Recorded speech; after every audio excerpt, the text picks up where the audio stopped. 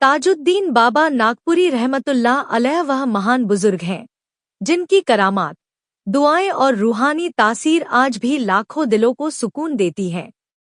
आपने पूरी जिंदगी अल्लाह की याद और उसके हबीब की मोहब्बत में गुजारी। आपकी नज़र में वह असर था कि जिस पर पड़ती उसका दिल पाक हो जाता और उसकी मुश्किलें आसान हो जातीं। पागलखाने में हो या जंगलों में, जहां भी आप ठहरे वहां बरकत और रहमत का नूर फैल गया।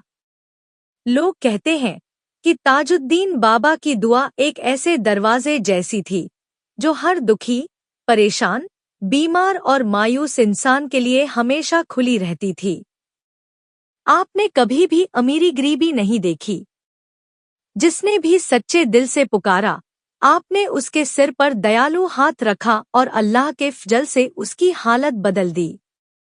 आपकी करामात सिर्फ किस्से नहीं, बल्कि ऐसे हकीकी वाक़ियात हैं जिन्हें आज भी लोग अपनी जिंदगी में महसूस करते हैं। आपका दिल रहमत से भरा था, आपकी निगाह रूहों को रोशन कर देती थी और आपकी मौजूदगी ही लोगों के अंदर उम्मीद जगा देती थी।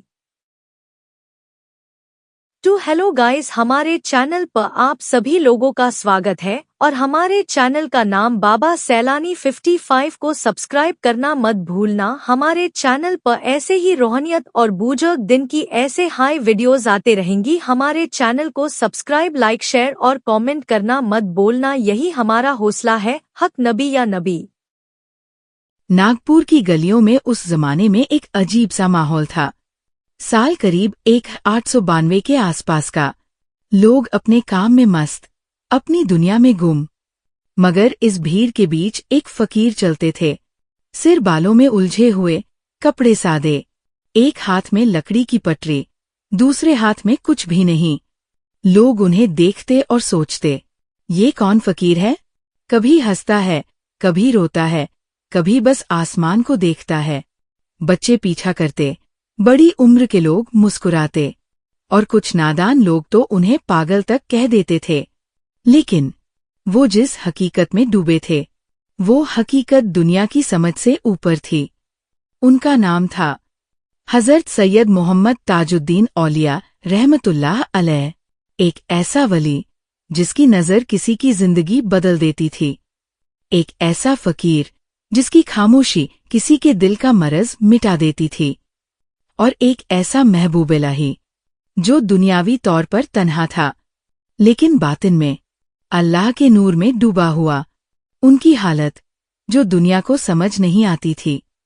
अक्सर देखा जाता, ताजुद्दीन बाबा किसी दीवार को देख के मुस्कुरा देते, कभी किसी गरीब को बिना बोले कुछ दे देते, कभी अपने कपड़े उतारकर किसी को पहना देते, कभी अचानक बारिश में निकल जाते और कहते, अल्लाह की रहमत बरस रही है।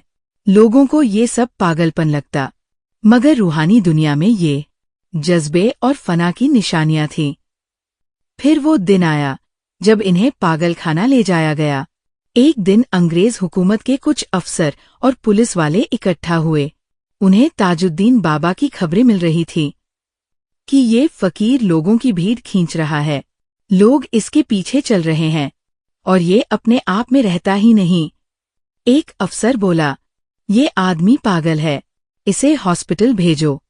और पुलिस ने बिना समझे, बिना जाने उन पर हाथ डाल दिया।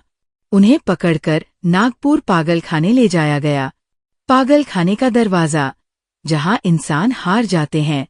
पागलखाना उस समय एक अंधेरा और डरावना सा इलाका था। एक तरफ बेड़िया, एक तरफ चीखें, एक तरफ वो लोग जो अपने होश में नहीं थे। जैसे ही ताजुद्दीन बाबा को अंदर लाया गया, वार्ड का माहौल अचानक बदल गया। कुछ मरीज चीखना बंद कर दिए, कुछ खामोश हो गए, कुछ मुस्कुरा उठे और कुछ बिना वजह रोने लगे।